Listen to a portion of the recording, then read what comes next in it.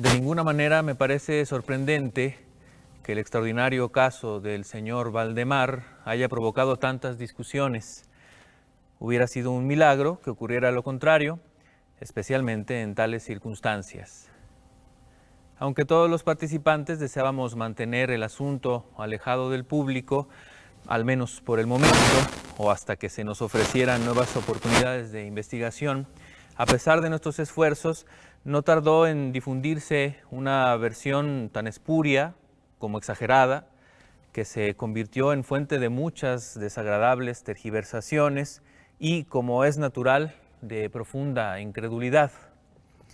El momento ha llegado de que yo dé a conocer los hechos en la medida en que me es posible comprenderlos. Helos aquí sucintamente. Durante los últimos años, el estudio del hipnotismo había atraído repetidamente mi atención. Hace unos 9 meses se me ocurrió súbitamente que en la serie de experimentos efectuados hasta ahora existía una omisión tan curiosa como inexplicable. Jamás se había hipnotizado a nadie in articulo mortis.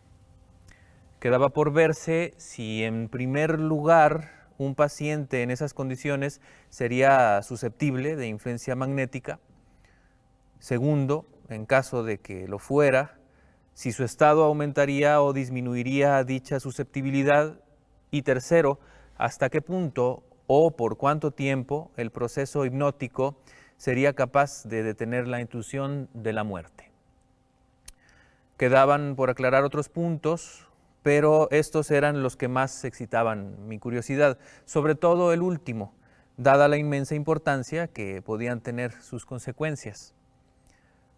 Pensando si entre mis relaciones había algún sujeto que me permitiera verificar estos puntos, me acordé de mi amigo Ernest Valdemar, renombrado compilador de la Biblioteca Forensis y autor, bajo el nom de plume de Isaac Marx, de las versiones polacas de Wallenstein y Gargantúa.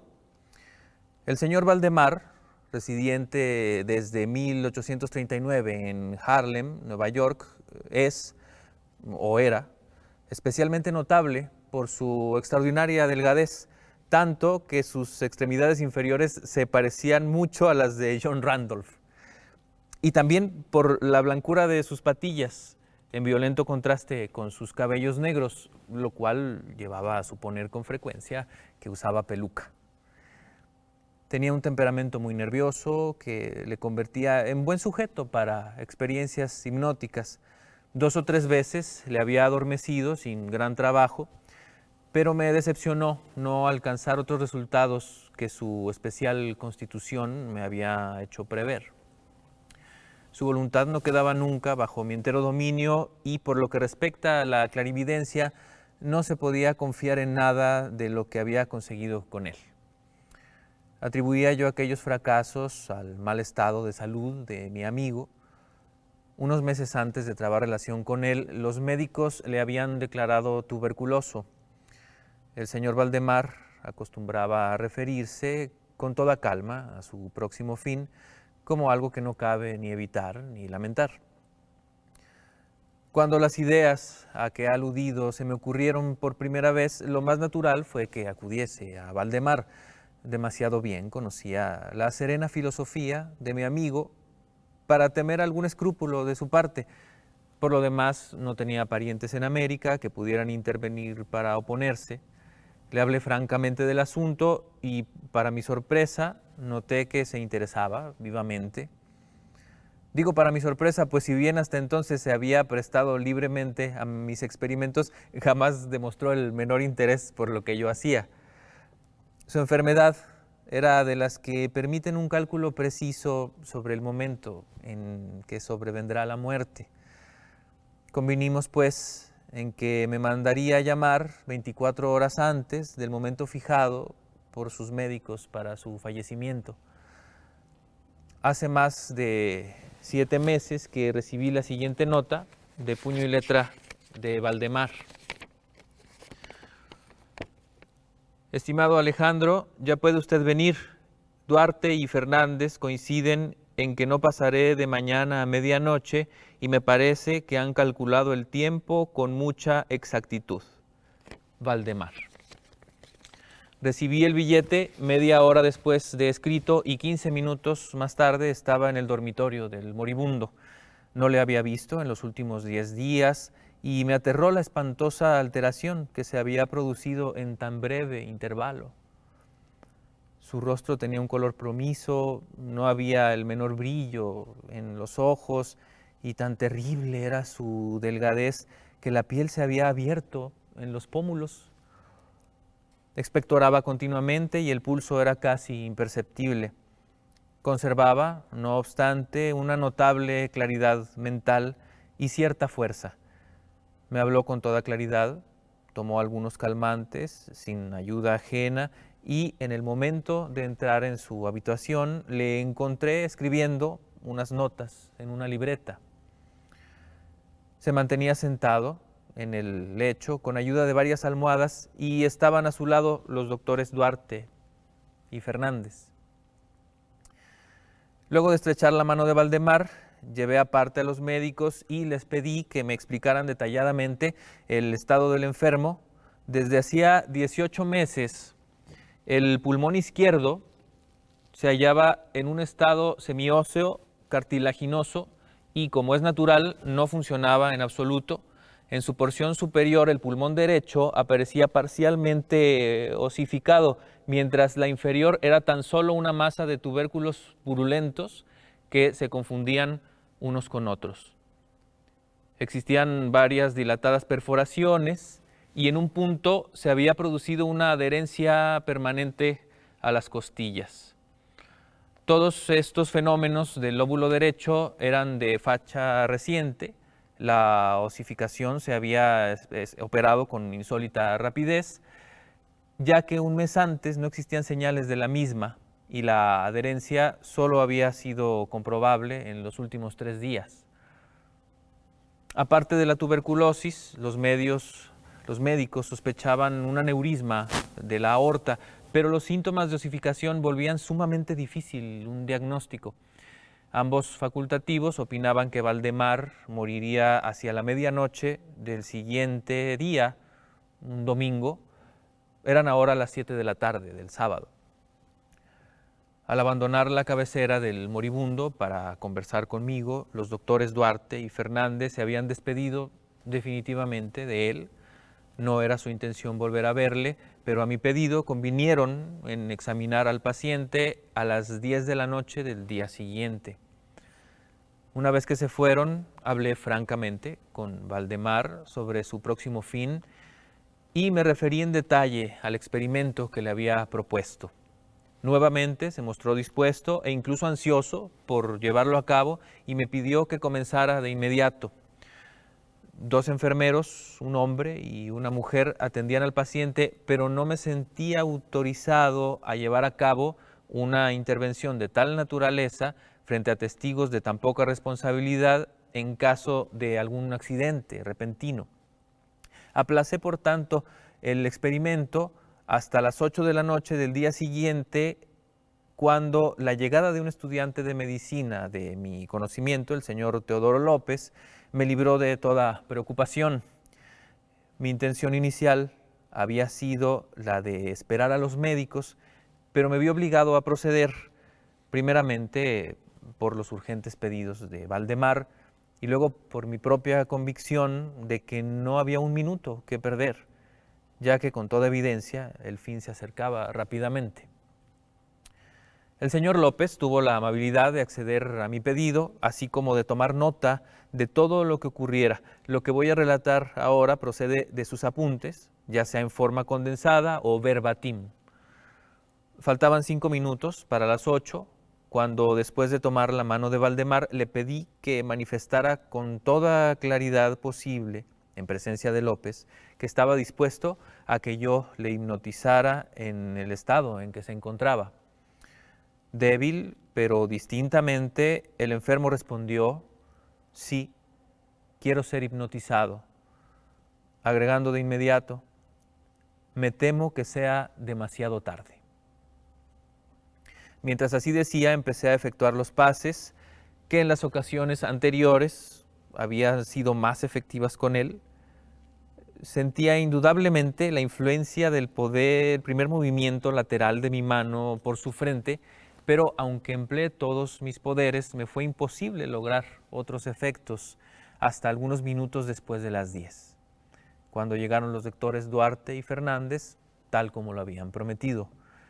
En pocas palabras les expliqué cuál era mi intención y como no opusieron inconveniente, considerando que el enfermo se hallaba ya en agonía, continué sin vacilar, cambiando, sin embargo, los pases laterales por otros verticales y concentrando mi mirada en el ojo derecho del sujeto.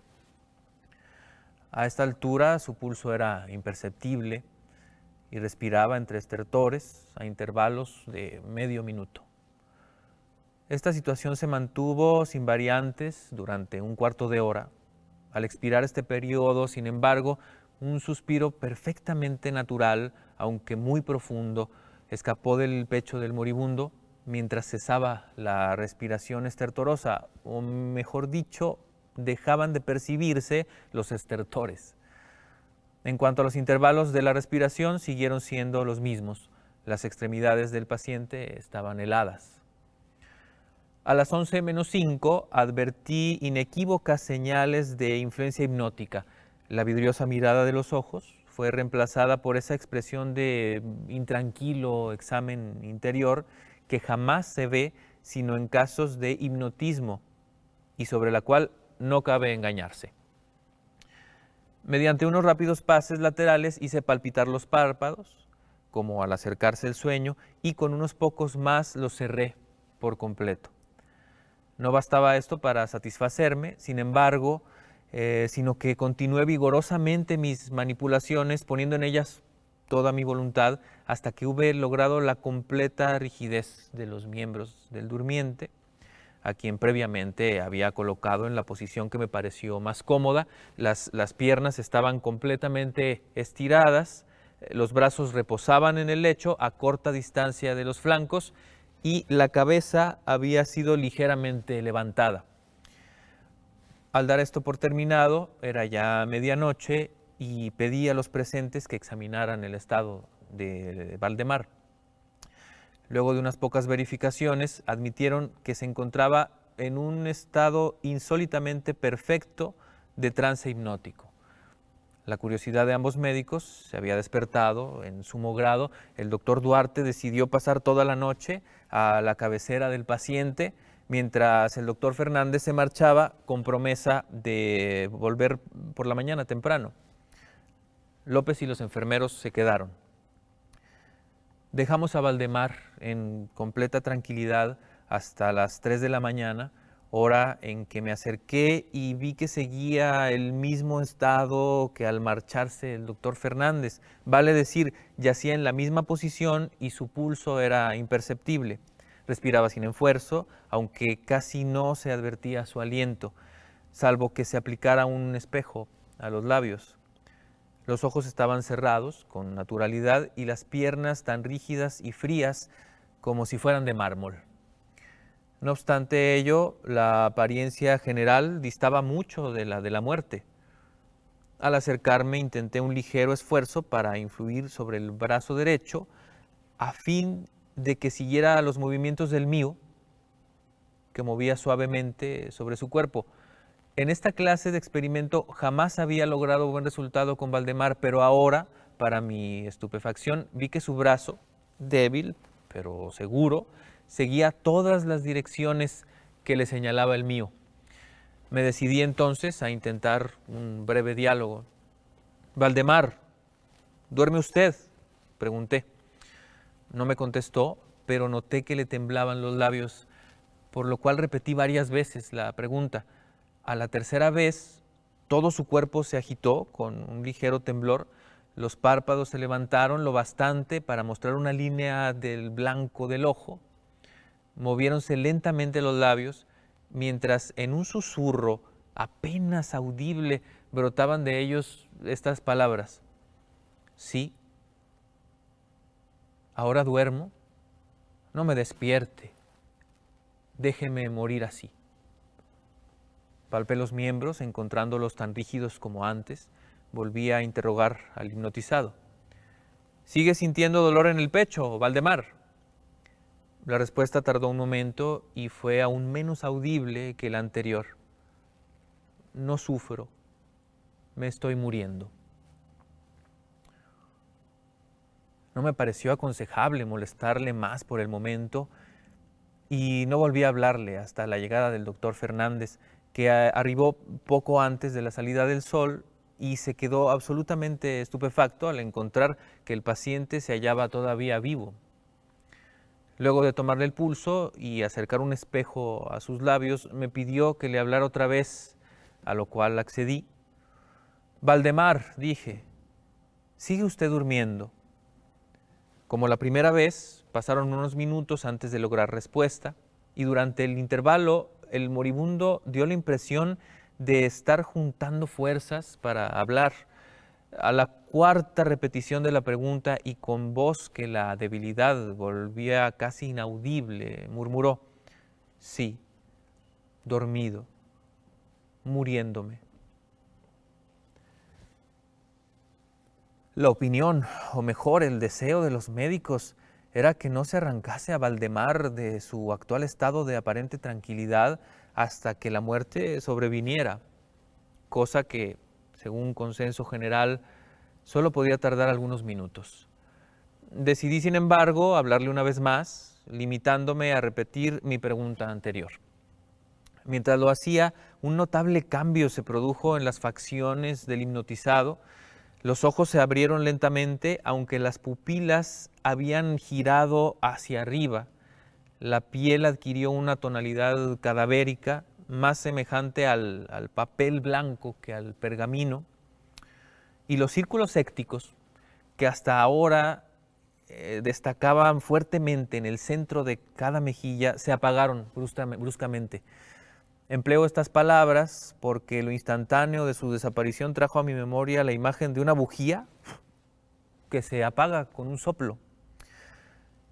Al mismo tiempo, el labio superior se replegó, dejando al descubierto los dientes que antes cubría completamente, mientras la mandíbula inferior caía con un sacudimiento que todos oímos, dejando la boca abierta de par en par y revelando una lengua hinchada y ennegrecida. Supongo que todos los presentes estaban acostumbrados a los horrores de un lecho de muerte, pero la apariencia de Valdemar era tan espantosa en aquel instante que se produjo un movimiento general de retroceso. Comprendo que he llegado ahora a un punto de mi relato en el que el lector se sentirá movido a una absoluta incredulidad. Me veo, sin embargo, obligado a continuarlo.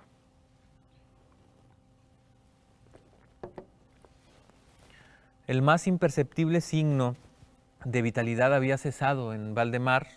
Seguros de que estaba muerto, lo confiábamos ya a los enfermeros, cuando nos fue dado observar un fuerte movimiento vibratorio de la lengua. La vibración se mantuvo aproximadamente durante un minuto. Al cesar de aquellas abiertas e inmóviles mandíbulas, brotó una voz que sería insensato pretender describir. Es verdad que existen 2 o 3 epítetos que cabría aplicarle parcialmente. Puedo decir, por ejemplo, que su sonido era áspero y quebrado, así como hueco. Pero el todo es indescriptible, por la sencilla razón de que jamás oído humano ha percibido resonancias semejantes. 2 características, sin embargo, según lo pensé en el momento y lo sigo pensando, pueden ser señaladas como propias de aquel sonido y dar alguna idea de su calidad extraterrena. En primer término, la voz parecía llegar a nuestros oídos, por lo menos a los míos, desde larga distancia o desde una caverna en la profundidad de la tierra. Segundo, me produjo la misma sensación, temo que me resultará imposible hacerme entender, que las materias gelatinosas y viscosas producen en el sentido del tacto. He hablado al mismo tiempo de sonido y de voz. Quiero decir que el sonido consistía en un silabeo clarísimo, de una claridad incluso asombrosa y aterradora. El señor Valdemar hablaba y era evidente que estaba contestando a la interrogación formulada por mí unos minutos antes. Como se recordará, le había preguntado si seguía durmiendo y ahora escuché, sí, no, estuve durmiendo y ahora estoy muerto. Ninguno de los presentes pretendió siquiera negar ni reprimir el inexpresable, estremecedor espanto que aquellas pocas palabras así pronunciadas tenían que producir. López, el estudiante, cayó desvanecido, los enfermeros escaparon del aposento y fue imposible convencerlos de que volvieran. Por mi parte, no trataré de comunicar mis propias impresiones. Durante una hora, silenciosos, sin pronunciar una palabra, nos esforzamos por reanimar a López. Cuando volvió en sí, pudimos dedicarnos a examinar el estado de Valdemar. Seguía en todo sentido, como lo he descrito antes, salvo que el espejo no proporcionaba ya pruebas de su respiración. Fue inútil que tratáramos de sangrarlo en el brazo. Debo agregar que este no obedecía ya a mi voluntad. En vano me esforcé por hacerle seguir la dirección de mi mano.